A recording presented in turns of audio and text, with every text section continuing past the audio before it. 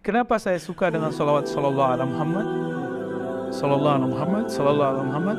Inilah rahasia. Karena mengundang pintu rahmat. Jadi kita lagi mengundang biar Allah cinta kepada kita. Maka sebenarnya siapapun yang bersalawat detik ini, detik kemarin, besok, sebenarnya Allah sudah menyebut namanya. Berarti kita takbir baru besar mulut, belum besar di kolbu. Kita salawat belum merindukan yang disebut namanya, yaitu Nabi Muhammad. Maka wajar salawat ini tidak membuat Allah kemudian jatuh cinta, apalagi makhluknya. Assalamualaikum warahmatullahi wabarakatuh. Pada video kali ini kita akan mendengarkan kajian Islami oleh Al-Ustaz Buya Ar-Razi Hasim. Jangan lupa subscribe agar tidak ketinggalan video seperti ini di masa yang akan datang. Mari kita dengarkan ceramah tersebut. Jadi kenapa saya suka dengan salawat sallallahu alaihi Muhammad, sallallahu alaihi Muhammad, sallallahu alaihi Muhammad? Inilah rahasianya. Karena mengundang pintu rahmat. Jadi kita lagi mengundang biar Allah cinta kepada kita. Sebenarnya duluan Allah mencintai kita atau kita mencintai Allah? Kita ini baru diciptakan, Allah enggak? Allah yang maha menciptakan. Duluan mana? Maka sebenarnya siapapun yang bersalawat detik ini, detik kemarin, besok, sebenarnya Allah sudah menyebut namanya. Allah sudah menyebut, maka abshiru ayuhan musallin al mushtaqina ila Rasulillah annallahu hazakara ismakum. Ya? Maka berbahagialah orang-orang yang bersalawat, Allah menyebut namanya di dalam rahmatnya. Ya? Lalu kata Imam As-Sakhawi, dulu di zaman Bani Israel, itu ada nabi namanya Samuel atau Esmuel. Kalau orang Arab nyebut Ismuel. Nabi Samuel. Nabi ini kalau perang pasti menang. Sehingga dikira dia ini dukun. Oleh musuhnya dibilang itu sihir, penyihir itu. Ayo kita kerjain dia. Kita kerjain aja dia. Akhirnya beliau ini dibuatlah semacam konspirasi untuk menjebak Nabi Samuel. Tapi beliau tenang aja. Cukup bawa 40 orang, lawannya banyak. Kata teman-temannya ini, kawan-kawannya Nabi Samuel ini, sahabat-sahabatnya, kita mau gimana nih? Kita udah kepung. Kata Nabi Samuel, Qulu sallallahu alaihi Muhammad. Baca sallallahu Muhammad, serbu, langsung hancur semua itu musuhnya. Musuhnya belum diserang, udah tenggelam duluan. Ternyata Allah kirimlah angin. Ombak bergerak. Kapal-kapal musuh semuanya, oleng jatuh. Jadi yang 40 orang belum jadi turun. Belum jadi ngirim panah, belum jadi nyerang pakai tombak. Tapi berkat sallallahu ala Muhammad. Nah, bisa nggak kita salawat yang begitu? Antum takbir aja nggak bikin gentar orang, malah bikin orang geli. Apa masalah di takbir kita? Berarti kita takbir baru besar mulut, belum besar di kolbu. Kita salawat belum merindukan yang disebut namanya, yaitu Nabi Muhammad. Maka wajar salawat ini tidak membuat Allah kemudian jatuh cinta, apalagi makhluknya. Ya.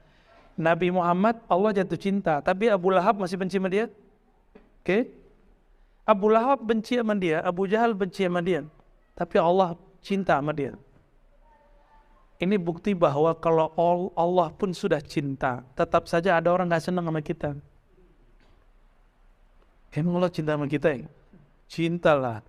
Ciri-ciri kita cinta Allah, Allah cinta kita, sering menyebut nama Allah. Udah itu. Siapa yang izinin namanya disebut? Yang punya nama Allah. Jadi inilah sir. Allah tidak izinkan siapapun menyebut namanya. Kecuali kolbunya bergetar, ada kerinduan.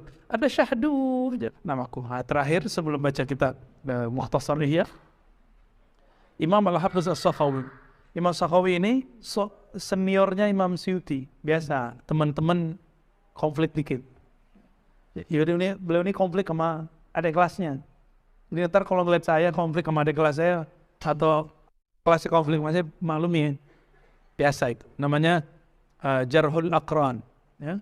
Kritik sesama seperguruan. Karena Imam Sakhawi mikir, pasti dia Suyuti yang dulu tidur-tiduran mengaji itu jadi orang alim, kira-kira gitu. Kayak kita bilang, masa sih dia jadi orang hebat? Kan dulu dia suka ngorok lagi ngaji. Iya, main PS lagi. Masa dia jadi kiai? Kita sulit percaya tuh sama orang begitu. Itu terjadi antara mereka berdua. Nah, adab kita mencintai dua imam ini dan tidak ikut serta dalam perdebatan mereka, ya. Kata beliau dalam satu riwayat dalam kitabnya Al-Qaulul Badi', ada seseorang datang dari Syam lalu mengadu kepada Rasulullah, "Ya Rasulullah, abi syaikhun kabir." Ayahandaku sudah tua renta. Wa huwa yuhibbu ayyara. Syam ke Madinah 1 bulan pakai onta. Orang tuaku sudah renta, tapi ingin bertemu engkau wahai Rasulullah sallallahu alaihi wasallam. Apa kata Nabi? I'tini bihi. Yaudah, bawa dia ke sini. Apa kata orang ini? Ya Rasulullah, innahu dharirul basar. Orang ini matanya kena penyakit lalu buta, katarak kalau sekarang. Faqala qul lahu, ya sudah, amalkan ini. Nabi kasih ijazah. Ijazahnya dulu begini. Jadi ijazah lafaz ajaz itu istilah ahli hadis, ahli zikir.